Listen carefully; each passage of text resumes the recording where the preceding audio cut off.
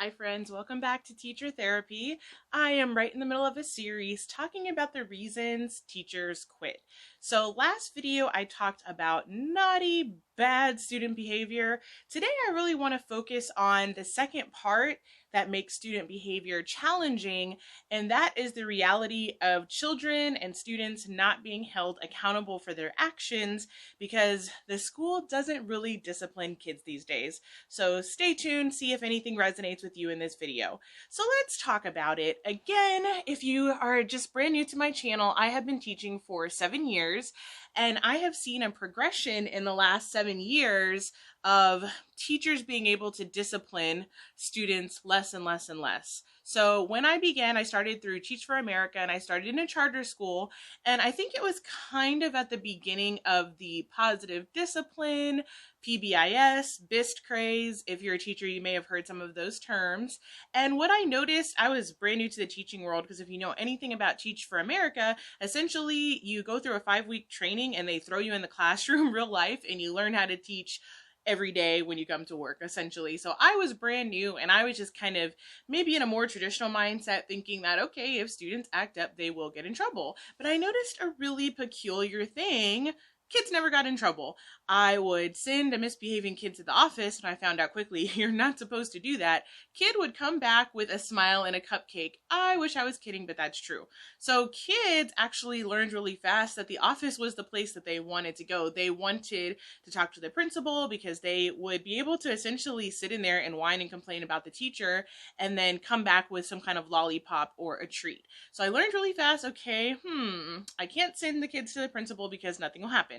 So again, I was kind of thinking in an old school mindset, and I was like, you know what? I know what I'll do. I will have the kids write lines, because when I was a kid, that's what we did. If we were, I don't know, acting up or chewing bubble gum, we might write 20 times, I will not chew bubble gum.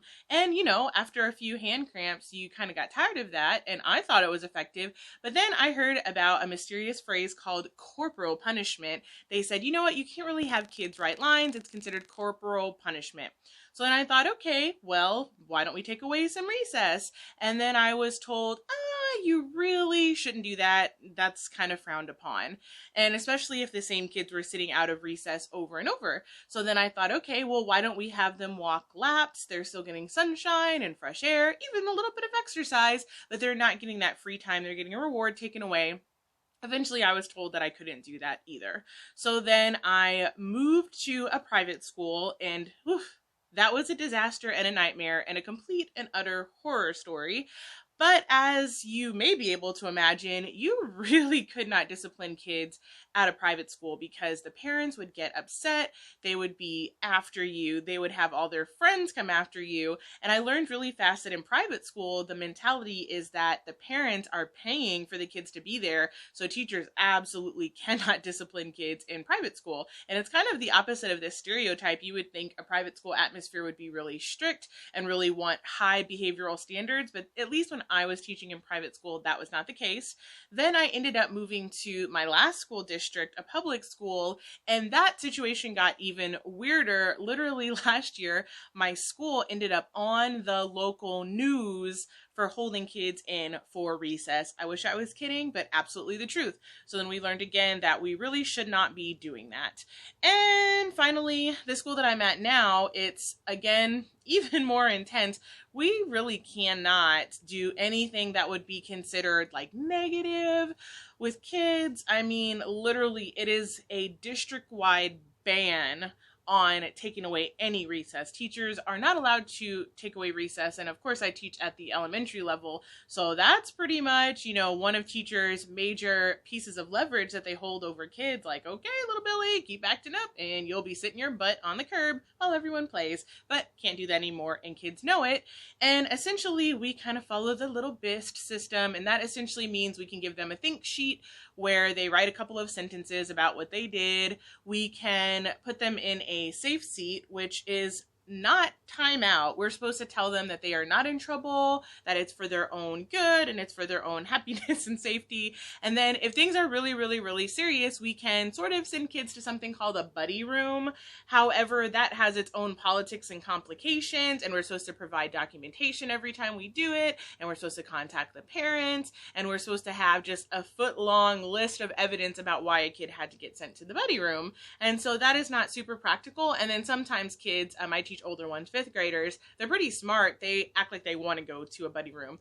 And then they even act up to try to get sent to a quote unquote buddy room.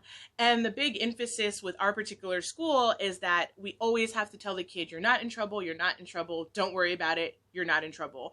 And so my problem with this is that it is not the real world whatsoever. You know, a cop does not pull you over and say, you know what, you're not in trouble.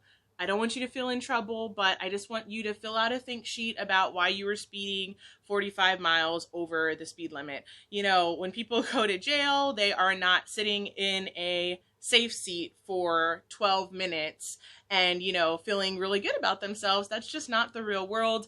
Whether we like it or not, our world is filled with rewards and punishments. And I know that the word punishment is super controversial these days, but that's just real life. And unfortunately, I think we are doing our Gen Z friends a huge disservice by not allowing them to face any kind of real consequences and by constantly keeping everything super positive, because that's not life and that's not the real world, and that will not be their experience in whatever job that they work at. It is certainly not a teacher's experience. We don't, you know, get all of these passes and get told all the time, oh, when we're coming in, you're not in trouble.